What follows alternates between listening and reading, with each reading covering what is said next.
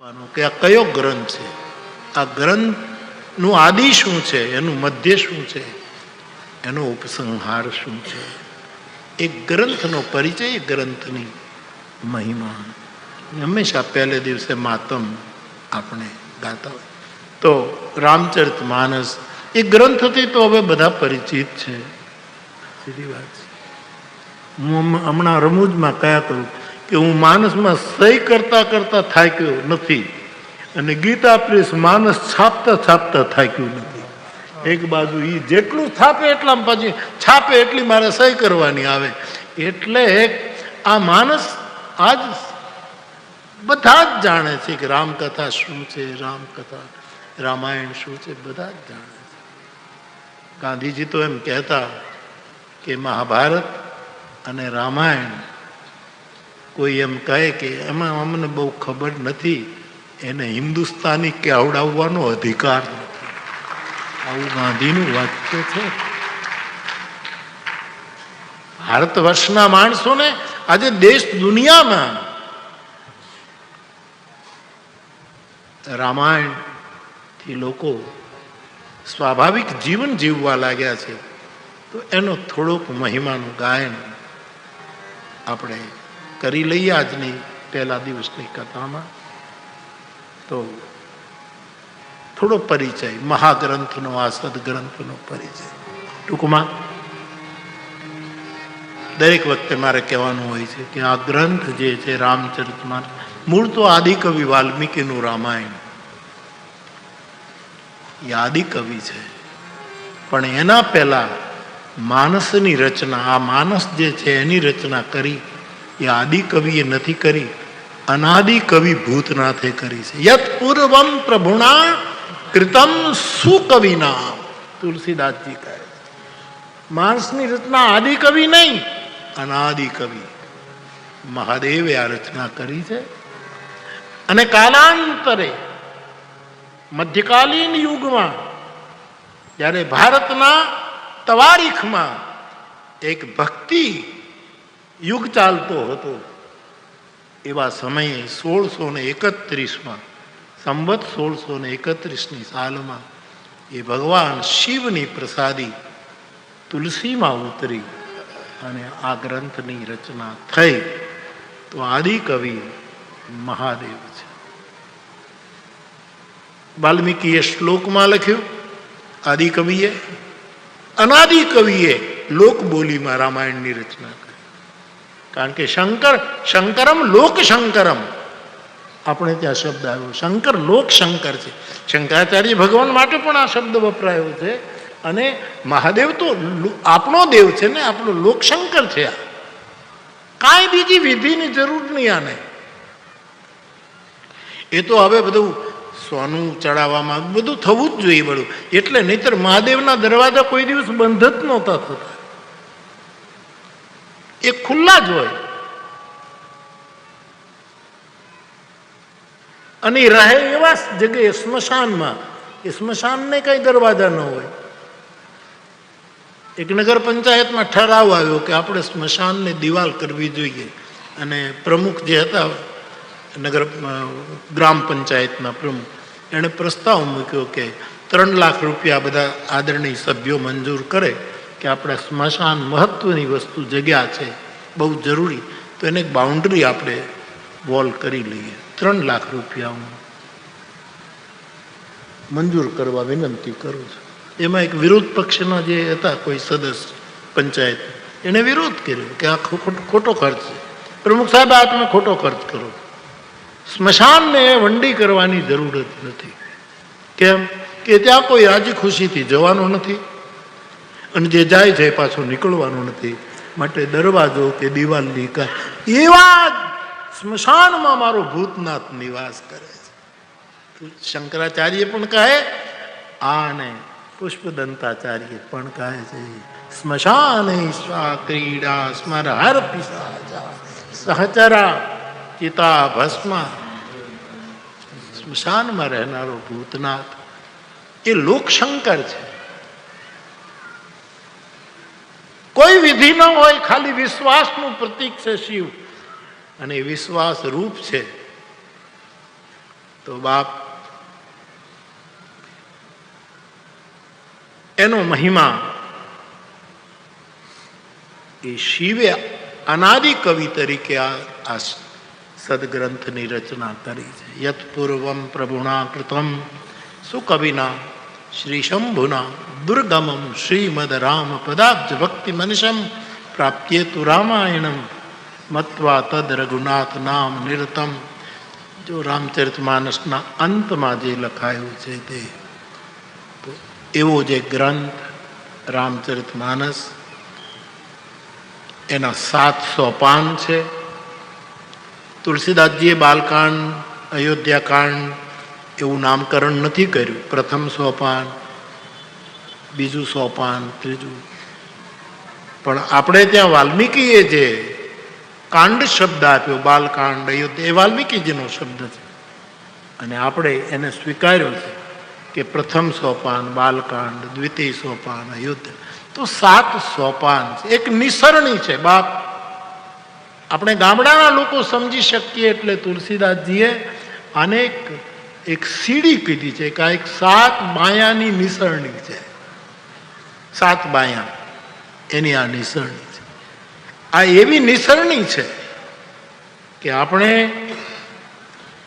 ઉપર પણ જઈ શકીએ અને એ પામીને પાછા લોક કલ્યાણ માટે નીચે પણ આવી શકીએ. ત્યાં ન રહીએ, પાછા નીચે આવીને જે પ્રસાદ આપણને મળ્યો હોય એ વહેંચતા. એવી એક નિસરણી 7 બાયાની. આ બાયા શબ્દ આપણો કાઠિયાવાડી, આપ સમજી જાઓ કે બાયો એ આપણો એકદમ કાઠિયાવાડી શબ્દ. તો 7 સોપાનમાં આખું આ સદગ્રંથ આવ્યો છે. એમાં પ્રથમ સોપાન બાલકાંડ. બાલકાંડના મંગલાચરણમાં તુલસીદાસજીએ 7 મંત્રો લખ્યા. 7-7ની ગણતરી માનસમાં ખૂબ છે. સપ્તાંક તુલસીને બહુ ગમ્યો છે એટલે 7-7-7-7-7 એ ઘણું આવે છે. એ ઘણી વાર કહેવાયું છે. તો 7 મંત્રોમાં, શ્લોકમાં ભગવાન શિવજીએ રચિ મહેશ નિજ માનસ રાખા, પાઈ સુસમય શિવાસન ભાખા. આ રામચરિત માનસની રચના કરી. એ જ પરંપરામાં તુલસીને આ મળ્યું છે અને એણે 7 મંત્રોમાં મંગલાચરણ કર્યું છે. એમાંથી 2-3 મંત્રોનું સ્મરણ કરીને આપણે આગળ વધીએ. વર્ણાનામર્થ સંઘાનામ રસાનામ છંદ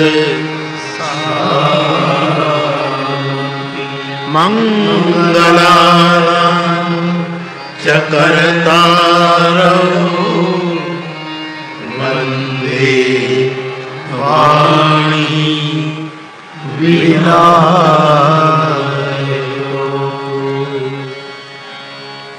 આપણી પરંપરા છે કે આપણે કોઈ પણ મંગલ કાર્યનો આરંભ કરીએ તો સ્વસ્તિ શ્રી ગણેશાય નમઃ, ગણેશથી જ કરીએ. આપણી ગામડાની બહેનો સેવ વણે ને, સેવ વણે, ગામડાની બહેનો પાટિયા ઉપર જે સેવ વણતા, ગાદલી નાખી હોય ને બેસતો બેઠો આમ કરીને, આ અમે નાનપણમાં કર્યું છે કે આમ કરીને ગાદલી ઉપર, પછી ગાદલી ખાટલા ઉપર ઊંધી નાખીએ, ત્યાં સેવ સુકાય. પણ એ સારી સેવ ઉતરે એટલે ગામડાની બહેનો પણ પહેલા એ સેવનો જે પીંડો લીધો હોય એમાંથી નાના એવા ગણપતિ બનાવે અને ખાટલા ઉપર મૂકે કે હે ગણેશજી આ મારી સેવ હરખી ઉતાર. નાનામાં નાના કાર્યમાં પણ આપણે ગણેશને પ્રથમ સ્થાન આપ્યું છે. મારા તુલસીદાસ બાપુ કાંતરોડી વાળા આ વાત ખાસ કહેતા. એ સેવ વણાઈ જાય ને પછી બેન તો સેવ લઈને વહી જાય અને જે ગણપતિ પેલા બનાવ્યા એને કોઈ પક્ષી ઉપાડી જાય. પણ દયાળુ દેવ, વિઘ્નહર્તા દેવ એને પહેલા, પરંતુ તુલસી પહેલા ગણેશની વંદના કરવા કરતા એમણે વાણીની વંદના કરી. પહેલા વાણીની વંદના છે. આમ પરંપરા તોડી નથી, પણ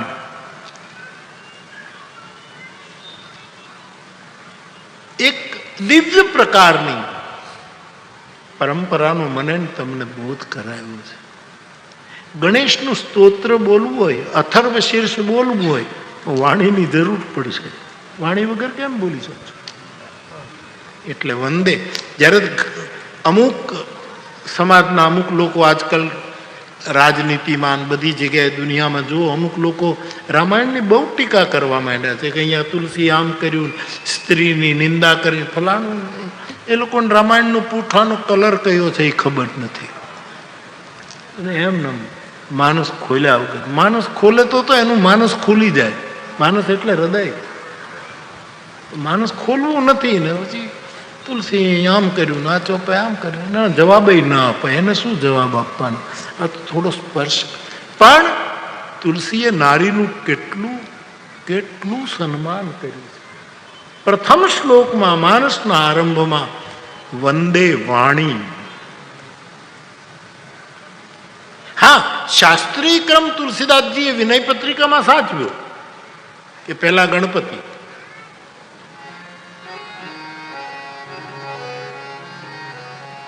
ગાઈએ ગણપતિ જજવંત શંકર સુવન. ગણેશ અને હનુમાન બંને શંકર સુવન. હનુમાન ચાલીસામાં જય હનુમાન જ્ઞાન ગુણ સાગર, જય કપીશ તિહુ લોક ઉજાગર, રામદૂત અતુલિત બલધામા, અંજની પુત્ર પવન સુત નામા, શંકર સુવન કેસરી. શંકર સુવન ભવાની નંદન ગણપતિ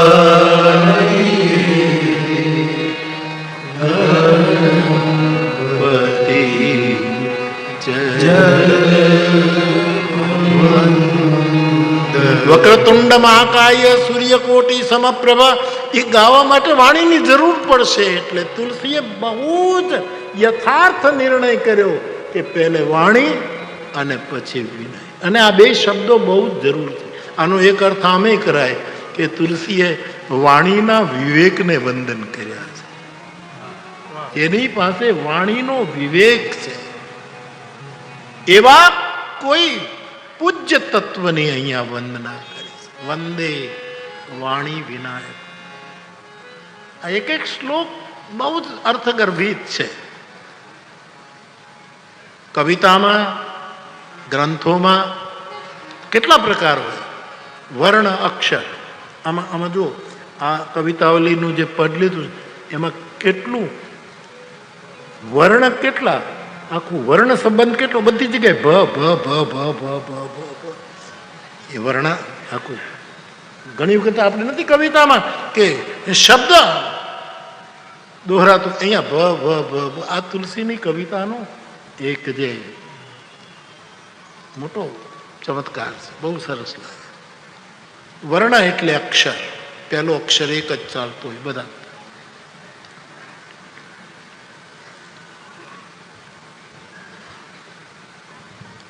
વર્ણામ પછી એ શબ્દ અક્ષર, પછી એનો શબ્દ થાય, પછી એના અર્થો નીકળે, એના ભાષ્યો થાય. વર્ણાનામ અર્થસંગાનામ રસાનામ, પછી એના રસાસ્વાદન થાય. કવિતાનું રસાસ્વાદન થાય, કાવ્યોનું એનું રસાસ્વાદન થાય, રસ થાય. એના છંદ પ્રબંધોની ચર્ચા થાય, એના મીટરોની ચર્ચા થાય, એના નિયમોની ચર્ચા થાય. પણ તુલસી કહે છે આ બધી જ જે વૈભવ છે વાણીનો એ આખરે તો મંગલાનાંચ કરતા હોય. જગતનું મંગળ કરનારો હોય તો જ આ વ્યાયામ સાર્થક છે, નહીંતર વ્યાયામ વ્યર્થ છે. વર્ણાનામ અર્થસંગાનામ રસાનામ, અર્થ સમૂહનું પછી વાક્ય બને, કવિતા બને, લેખ બને. અર્થ સમૂહ બધા શબ્દ સમૂહ ભેગો થાય એટલે. પણ મંગલાનાંચ કર્તારૌ વંદે વાણી વિનાયકો. ભવાની શંકરૌ વંદે શ્રદ્ધા વિશ્વાસ રૂપિણ. શિવ સાક્ષાત વિશ્વાસનું પ્રતીક છે, સ્વરૂપ છે. પાર્વતી શ્રદ્ધાનું. ત્યાં પણ પહેલા આદિશક્તિને સ્થાપના આપી, માતૃ શરીરને જ. ભવાની શંકર પહેલે ભવાની. સ્ત્રીનું સન્માન કેટલું. મને તો એક ભાઈ હમણાં એમ કહેતા હતા કે 33% જે આપણે અનામત, એ બહુ જ ધન્યવાદને પાત્ર કદમ ઉઠાવ્યું વર્ષો પછી કે 33% મહિલાઓને અનામત. પણ પુરુષો એના ખોટા અર્થો કરવા માંડ્યા. કઈ વાંધો નહીં, 66% લગભગ આપણે ને પછી 1% આમ પછી કેમ ફિટ ન થાય એટલે 33, 99 એકનું એ રાખો. તો હવે એમ કહેવા માંડ્યા એનો ને 33% ગુસ્સો કરવાનો અધિકાર અને પુરુષોને 66% ગુસ્સો કરવાનો અધિકાર. આવા અર્થો કાઢવા માંડ્યા છે. સાહેબ, મંગલાના શિવ એ વિશ્વાસ છે, પાર્વતી એ શ્રદ્ધા છે. શ્રદ્ધા અને વિશ્વાસ ન હોય તો યોગીઓના હૃદયમાં રહેલું પરમ તત્વ પણ યોગી પામી શકતો નથી. એવા શ્રદ્ધા વિશ્વાસ સ્વરૂપ પાર્વતી અને મહાદેવને પ્રણામ કર્યા. વળી આગળ જઈ વંદે બોધમયમ નિત્યમ ગુરુમ શંકર રૂપિણમ. ભગવાન શંકર બોધમય સદગુરુ હે, પરમ ગુરુ છે, વિશ્વગુરુ છે. એની વંદના કરી અને વળી પાછળ આગળ વંદના શરૂ કરે છે. વાલ્મીકીની વંદના કરી, હનુમાનજીની મહારાજની વંદના કરી, મા જાનકીની વંદના કરી કે ઉદ્ભવ કરનારી, પાલન કરનારી, સર્વનું શ્રેય કરનારી એવી મા જાનકીની વંદના કરી, રામજીની વંદના કરી.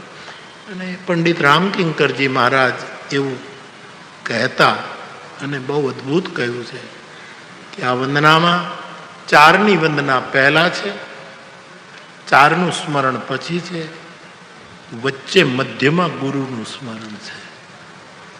પહેલા 4 વાણી વિનાયક 2 અને ભવાની શંકર 4ની વંદના. પછી પાછળ વાલ્મીકી અને હનુમાનજી 2 અને સીતા અને રામ 2, એ 4. એ 4 આગળ, 4 પાછળ, વચ્ચે ગુરુ. એનો અર્થ પંડિતજી મહારાજે એવો કર્યો કે ગુરુ હંમેશા કેન્દ્રમાં હોવો જોઈએ. બુદ્ધ પુરુષ, સદગુરુ જે કહો એ આપણા કેન્દ્ર. પ્રણવની એક કવિતા છે કે હું મારું કેન્દ્ર ન ભૂલી જાઉં, એવી એણે સુંદર એક કવિતા લખી છે, પદલી.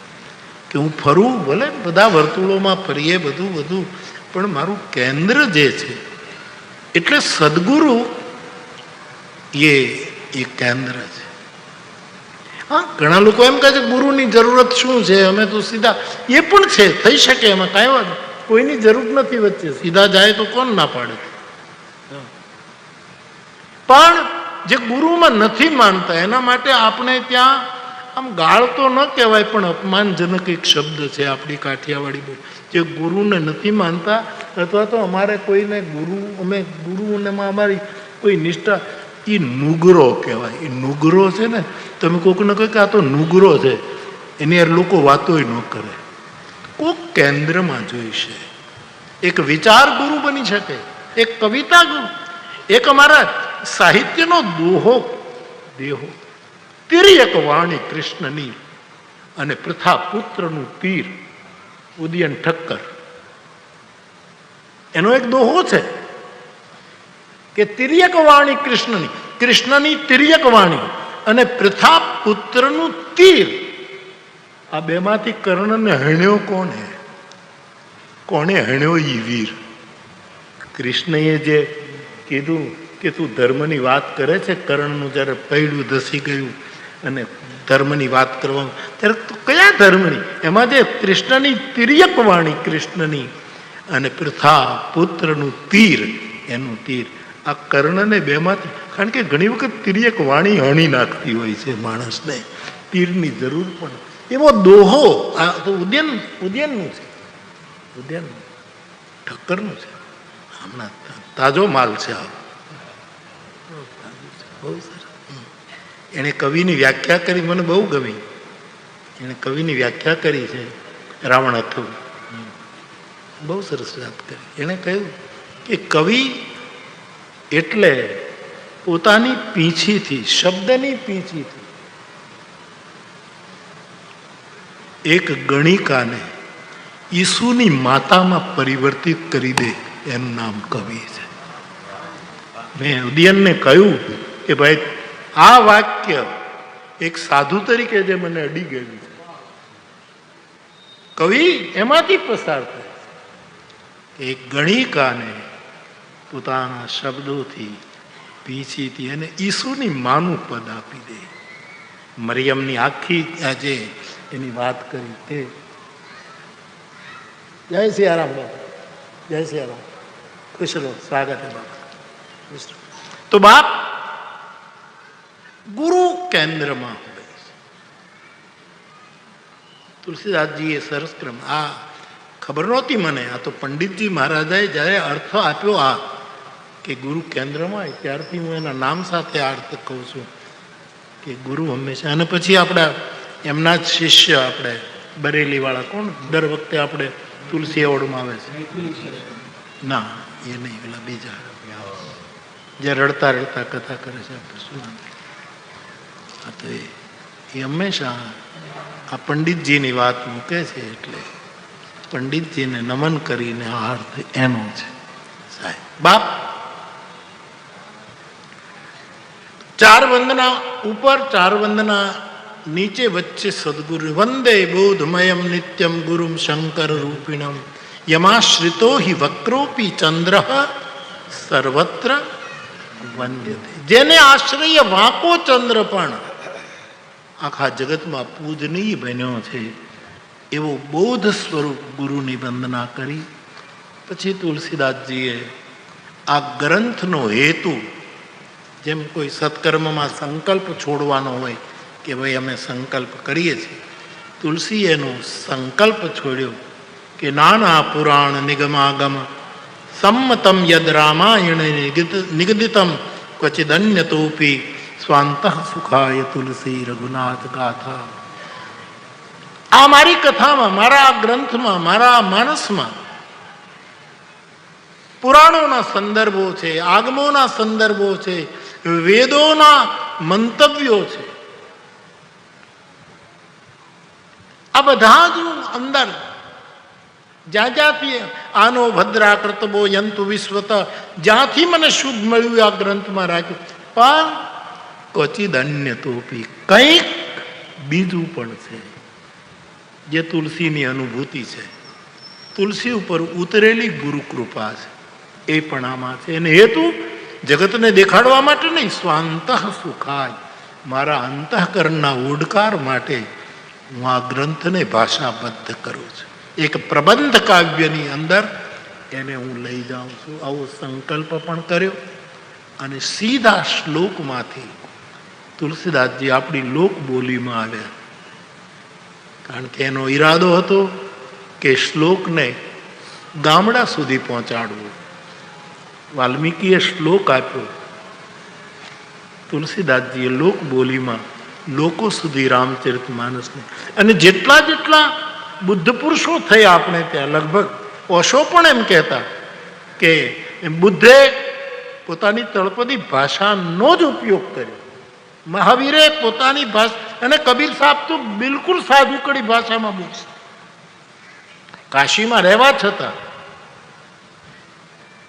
આખરે શ્લોકને લોક સુધી, નાનામાં નાના માણસ સુધી, અંતિમ વ્યક્તિ સુધી પહોંચવા માટે એનો ઉપયોગ કર્યો. તેથી સીધા એ ભાષામાં ઉતરે છે તુલસીદાસજી. શ્લોકને વંદન કરીને, શ્લોકને દંડવત કરીને લોક બોલીમાં ઉતર્યા છે, આપણી ભાષામાં. મુખ્યત્વે વ્રજ ભાષા છે આમાં. ઘણી ભાષાઓનું આમાં સમન્વય છે. ભોજપુરી છે, અવધી ભાષા છે, થોડા ગુજરાતી શબ્દો પણ છે. જો આપણે એની ખોજ કરીએ તો ગુજરાતી શબ્દોનો એટલે સર્વસંમત એક શાસ્ત્ર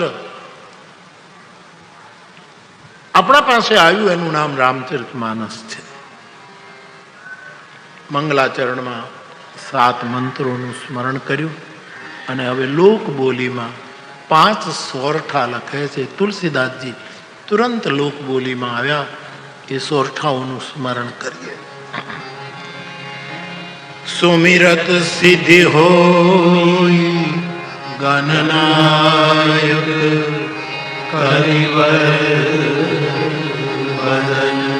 કરવું અનુગ્રહ સોઈ બુદ્ધિ રાશિ શુભ મૂક હોય વાચા પંગુ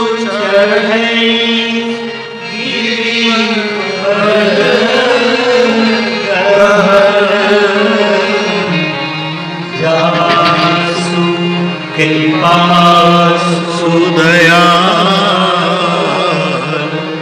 દ્રવ સકલ કલિમલ નીલ સરોર શ્યામ તરુણ અરુણ બારી નયન કરવ મમ સદા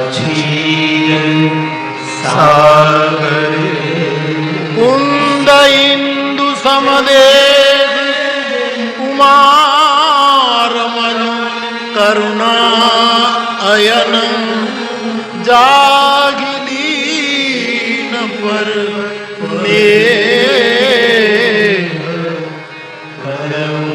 કૃપા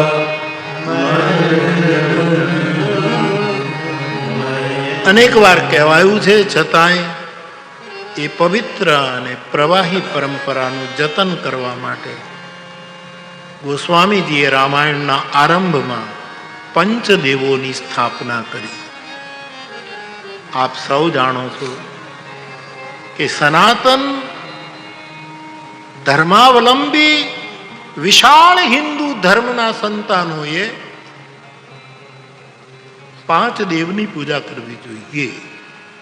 આવું જગદગુરુ આદિ શંકરાચાર્ય આપણને કહ્યું. ગણેશ, સૂર્ય, વિષ્ણુ ભગવાન, ભગવાન મહાદેવ અને મા દુર્ગા, આ 5ની સ્થાપના સનાતન ધર્મમાં. આ 5 આપણા માટે સેવ્ય છે. શંકરાચાર્ય ભગવાન આખી એમની શૈવ પરંપરા, શાંકરી પરંપરા અને તુલસીદાસજીની રામાનંદીય પરંપરા એટલે કે વૈષ્ણવી પરંપરા, છતાં સમન્વય અને સંવાદ જુઓ, સેતુબંધ આપણા આચાર્યોનો જુઓ કે ગોસ્વામીજીએ ભગવાન શંકરાચાર્યની પંચદેવની વાત પોતાના રામચરિતમાનસના પ્રથમ પ્રકરણમાં મૂકી. એટલું જ નહીં, અયોધ્યા કાંડમાં એમ લખ્યું છે કે અયોધ્યા વાસીઓ નિરંતર પંચદેવની પૂજા કરતા હતા. ચિત્રકૂટની સભામાં જ્યારે બધા ગયા છે ભરતજી રામને મનાવવા, ત્યારે આ પ્રકરણ આવ્યું છે. સૂર્યની પૂજા કરે છે, રમા રમણ પદ વંદી બહોરી વિષ્ણુની પૂજા કરે છે. આ બધાની 5 દેવોની પૂજા અયોધ્યાવાસીઓ કરે. આપણી સનાતનતા છે, આપણું શાશ્વત મૂલ્યો છે. અને તલગાજરડુ એમ કહેવા માંગે વિનમ્રતાથી કે ગણેશની પૂજા કરવી જ જોઈએ. આપણે કરીએ છીએ, ગણેશ ઉત્સવ ઉજવાય છે, પણ એનો તાત્વિક અર્થ પણ મારે તમારે સમજવો જોઈએ. ગણેશની પૂજા એટલે વિવેકનું રક્ષણ. આપણામાં વિનય અને વિવેક જેટલો વધારે એટલી ગણેશની પૂજા આપણે વધારે કરીએ છીએ. આમ તો કરવાની જ. એ વિવેકના દેવતા છે. યુવાનો માટે ખાસ કહું, બાપ ખૂબ ભણો, ખૂબ આગળ વધો, જે તમારું ક્ષેત્ર હોય, શુભકામના. વિવેકને પકડી રાખો. એ ગણેશની પૂજા છે. તમે એમ કહો કે અમને અથર્વશીર્ષ ક્યાં આવડે ને, અમને શ્લોકો ક્યાં આવડે ને, અમારે ક્યાં એટલું બધું ગણેશની પૂજા. આખું મહારાષ્ટ્ર કેટલી ગણેશની પૂજા કરે છે ને આજે તો આખા દેશમાં તલગાજડાની ગલી ગલીમાં ગણેશની સ્થાપના થાય. તલગાજડા એ કેટલી ઉત્તમ વસ્તુ છે, પણ વિવેકની સ્થાપના થવી જોઈએ. વિવેક એટલો કે વિઘ્ન હરતા થવું, વિઘ્ન કરતા ન થવું, આટલો જ વિવેક. આપણે કારણ કે ગણેશ વિઘ્ન હરતા છે. જો મારામાં તમારામાં આટલો વિવેક હોય કે હું કોઈને વિઘ્ન કરતા ન બનું, એના વિઘ્નમાં થોડીક મદદ કરું, એના વિઘ્નમાંથી આ ગણેશનો વિવેક, આ વિનાયકી વિવેક છે, એ યુવાનો ધારણ કરે. પછી બીજા સોરઠામાં સૂર્યની વંદના કરી. મૂક હોય વાચાલ પંગુ ચડે.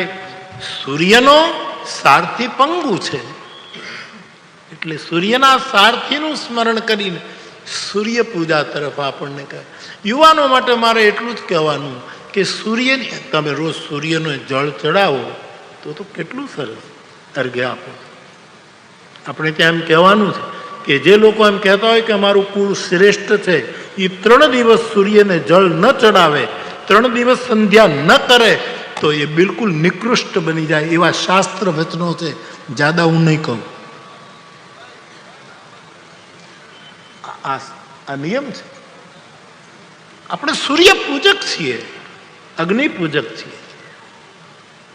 સૂર્યની હવે યુવાનોને આપણે કહીએ કે ભાઈ સવારમાં સૂર્યને લોટો ચડાવો તો કદાચ એને મંત્રય ના આવડે ને, અથવા તો એમને ચડાવે ન ચડાવે.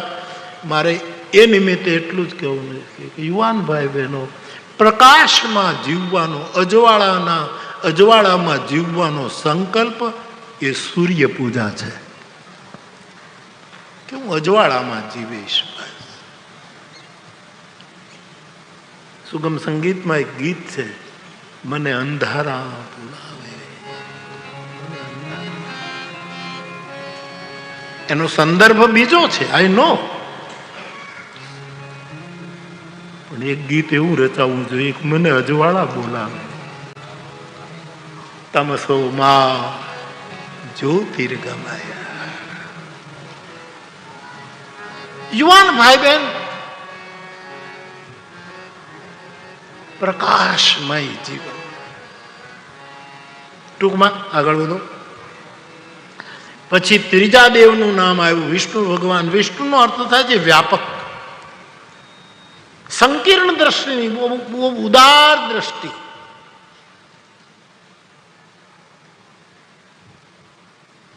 જે સાગરમાં શયન કરે છે, જે ગગનમાં વિહરે છે ગરુડ ઉપર બેસીને, એ બધા જ એની ગતિવિધિઓ ઉદારતાનું તરફ સંકેત કરે. સાગરમાં શયન એટલે શું? ઔદાર્ય નો પડઘો છે. ગગનમાં ગરુડ ઉપર બેસીને વિષ્ણુ ભગવાન ઉડ્ડયન કરે, એ વિશાળતાનું પ્રતીક છે. કોઈ પણ ભેદ રાખ્યા વગર બધાનું પાલન કરવું એ ઉદાર દ્રષ્ટિનું પ્રતીક છે. માટે યુવાન ભાઈ બહેનો, તલગાજરડા આપને હાથ જોડીને કહે છે કે દ્રષ્ટિકોણ વિશાળ રાખવું, સંકીર્ણ નહીં, વિશાળ દ્રષ્ટિકોણ. સમાજમાં બધા જ વિશાળતાની વાતો કરે છે અને પાછા એકલા પડે ત્યારે એના જેવો સંકીર્ણ કોઈ હોતો નથી. આવા અનેક દાખલા મેં જોયા છે. આપણે આજ રાસનો દિવસ છે, બરાબર? રાસ ઉપર એવા બોલનારને મેં જોયા છે, એને રાસના સ્ટેપની જ ખબર નથી. આ બહુ જરા હાલત નથી કરતો, મારું નજર ગોથું ખાઈ ગયા છે. મેં હાથ પકડીને કીધું કે તમે રાસ ઉપર આટલું બોલ્યા છો, જરાક એક રાઉન્ડ, ગોથું ખાઈ ગયા. તો બાપ મને બહુ નવાઈ લાગે, આમ કેમ થતું છે? એને ગરબી લેવાનું કાંઈક તો એને ગરબી ઉપર 1 કલાક બોલે. ગરબી એટલે શું, ગરબો એટલે શું, ગરબી નારી જાતિ છે ને ગરબો નર જાતિ છે. અરે પણ તું એક રાઉન્ડ તો લે. માં ઉભા નથી થવાનું ભાઈ, રાસ રમવું નથી, નહીં તર બધું ખાલી આ તો એમ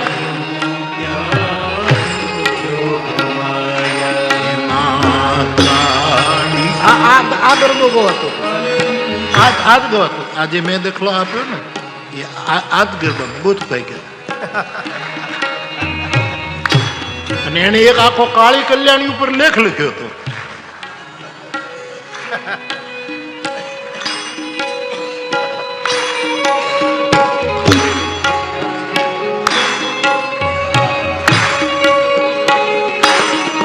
આ તો સરસ પૂનમ છે સાહેબ.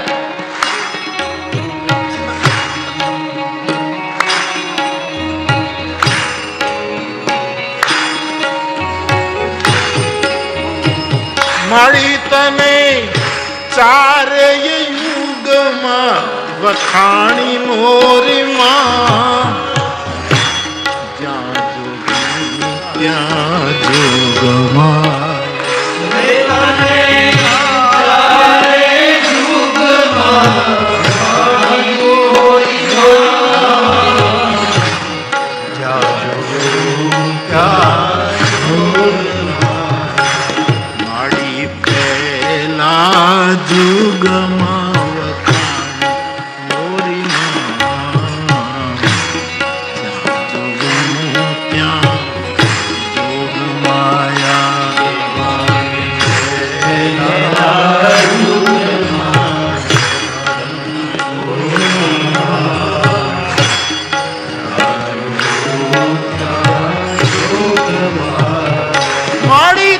શંકર ઘેર પટરાણી, જ્યાં જોગું ત્યાં જોગ માયા. શંકર ઘેર પટરાણી, જ્યાં જોગું ત્યાં જોગ માયા.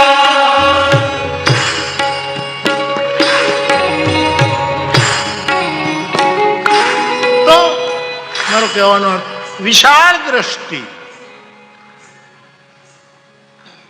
એ વિષ્ણુની પૂજા છે.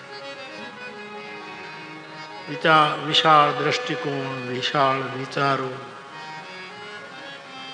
એ ભગવાન વિષ્ણુની પૂજા તો વેદ પુરુષ સુક્તમથી જ્યારે કરે ત્યારે કેટલો ગજબનો નાદ ઉત્પન્ન થાય છે, નાદ વૈભવ. પણ આપણે ન કરી શકીએ તો વિશાળ હૃદય એ વિષ્ણુ પૂજા છે. પછી પાર્વતી, મા જગદંબા, દુર્ગા પૂજા. સનાતન ધર્મમાં દુર્ગાની બહુ જ મહત્વ છે. એ માતૃશક્તિની બહુ જ મોટું પૂજન છે દુર્ગા પૂજા. હવે નવરાત્રિમાં તો આપણે દુર્ગા પૂજા કરીએ છીએ અને આજકાલ એ સારું છે કે દુર્ગા પૂજામાં યુવાનો બહુ સંમિલિત થાય, ખાસ કરીને રાસ ગરબામાં બહુ જુદા જુદા કેવા જુદી જુદી રીતે લોકો રાસ લેતા હોય છે. બધું બહુ સરસ છે. પણ યુવાન ભાઈ બહેનો એ તો કરવાનું, પણ દુર્ગા પૂજાનો તાત્વિક અર્થ છે આપણી શ્રદ્ધાને ટકાવી રાખવી. ભવાની શંકરો વંદે શ્રદ્ધા વિશ્વાસ, શ્રદ્ધાને પકડી રાખો. ચૈતન્ય પરંપરામાં આચાર્યોએ કહ્યું આદૌ શ્રદ્ધા, પ્રથમ શ્રદ્ધા છે એ દુર્ગા પૂજા શ્રદ્ધા રૂપેણ સંસ્થિતા. અને શિવનો અર્થ થાય કલ્યાણ, બીજાનું કલ્યાણ થાય, બીજાનું શુભ થાય. ચિત્ર ભાનુજી ગાતા રહેતા, શુભ થાવો આ સકલ વિશ્વનું, એવી ભાવના નિત્ય રહે. મૈત્રી ભાવનું પવિત્ર ઝરણું મુજ હૈયામાં વહ્યા કરે. બાપ કલ્યાણની ભાવના, વિશાળ વિચાર સરણી, શ્રદ્ધાને ટકાવી રાખવી, પ્રકાશમાં જીવવાનો સંકલ્પ કરવો અને વિવેકને પકડી રાખવો. આ પંચદેવોનો તાત્વિક અર્થ વ્યાસપીઠને જણાયો. તુલસીદાસજીને જીએ 5 દેવોની સ્થાપના કરી અને એ 5 દેવો જેનામાં સમાહિત છે એવી 5મા સોરઠામાં ગુરુની વંદના કરી. ગુરુમાં 5 આવી જાય. ગુરુ ગૌરી છે, ગુરુ ગણેશ છે, ગુરુ ગૌરી શંકર છે, ગુરુ વિષ્ણુ છે. આપણે ગુરુ બ્રહ્મા, ગુરુ વિષ્ણુ તો બોલીએ જ છીએ. ગુરુ સૂર્ય છે, જાસુ બચન રવિ કરની કર.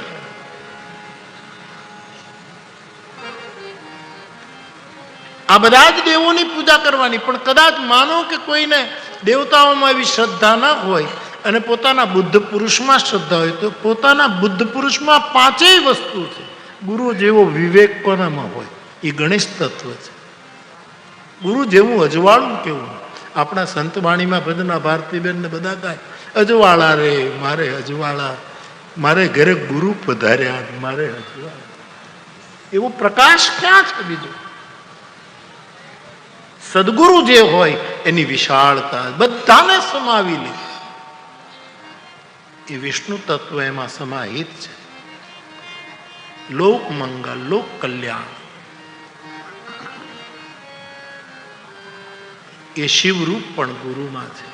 એટલે ગુરુ તત્વમાં બધું. એટલા માટે મારા ને તમારા જેવા માટે જેને ગુરુની જરૂર નથી એ મહાપુરુષોની વાત કઈ જુદી છે.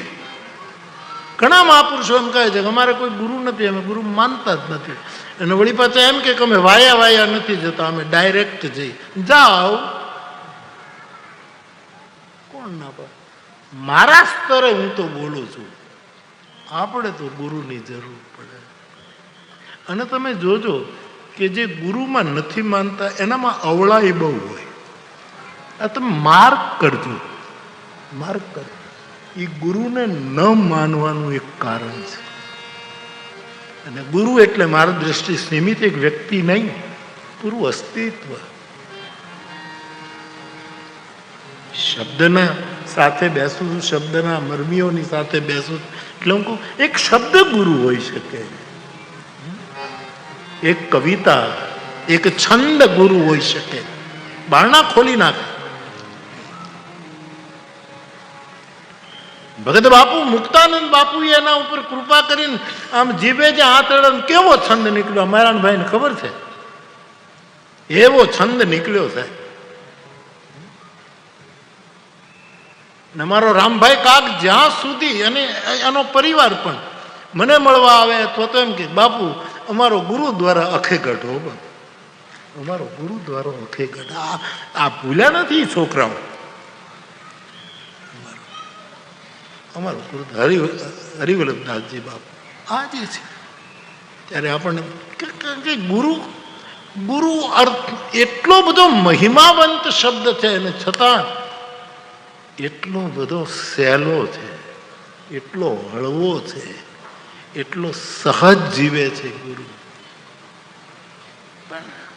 ઘણા એમ કહે કે અમારે કોઈ ગુરુ છે જ નહીં, અમે ગુરુને માનીએ જ નહીં. તો એ સૌની માન્યતાને આપણે સ્વીકારીએ, પણ ગુરુને માનતા નથી એનામાં ગર્વ બહુ આવી ગયું છે, ગુરૂર બહુ આવી ગયું છે. એટલા માટે જેની પાસેથી સારા વિચારો લીધા એને ગાંધીજીએ પણ ગુરુ કહ્યા છે, રસ્કીન સુધી. ટોલ્સ્ટોય સુધી, આ આપણા મોરબીની પાસે વવાણિયા ગામ શ્રીમદ રાજચંદ્ર પાસેથી એને જોયું. તેથી ગાંધીજી એક ગ્રંથ ગુરુ બની શકે. શીખ સંપ્રદાયના ગ્રંથને જ ગુરુ કહી દે, કેટલી મોટી વાત છે. વ્યક્તિ નહીં ચાલો, પણ 10 ગુરુની જે વાણી ગ્રંથસ્થ થઈ અને 10 ગુરુ પછી બધું બંધ, આ ગ્રંથ જ ગુરુ છે. કેટલી નિષ્ઠાથી ગ્રંથ સાહેબને આદર આપે. એક વહેતી નદી ગુરુ બની શકે. આપણી કથા ન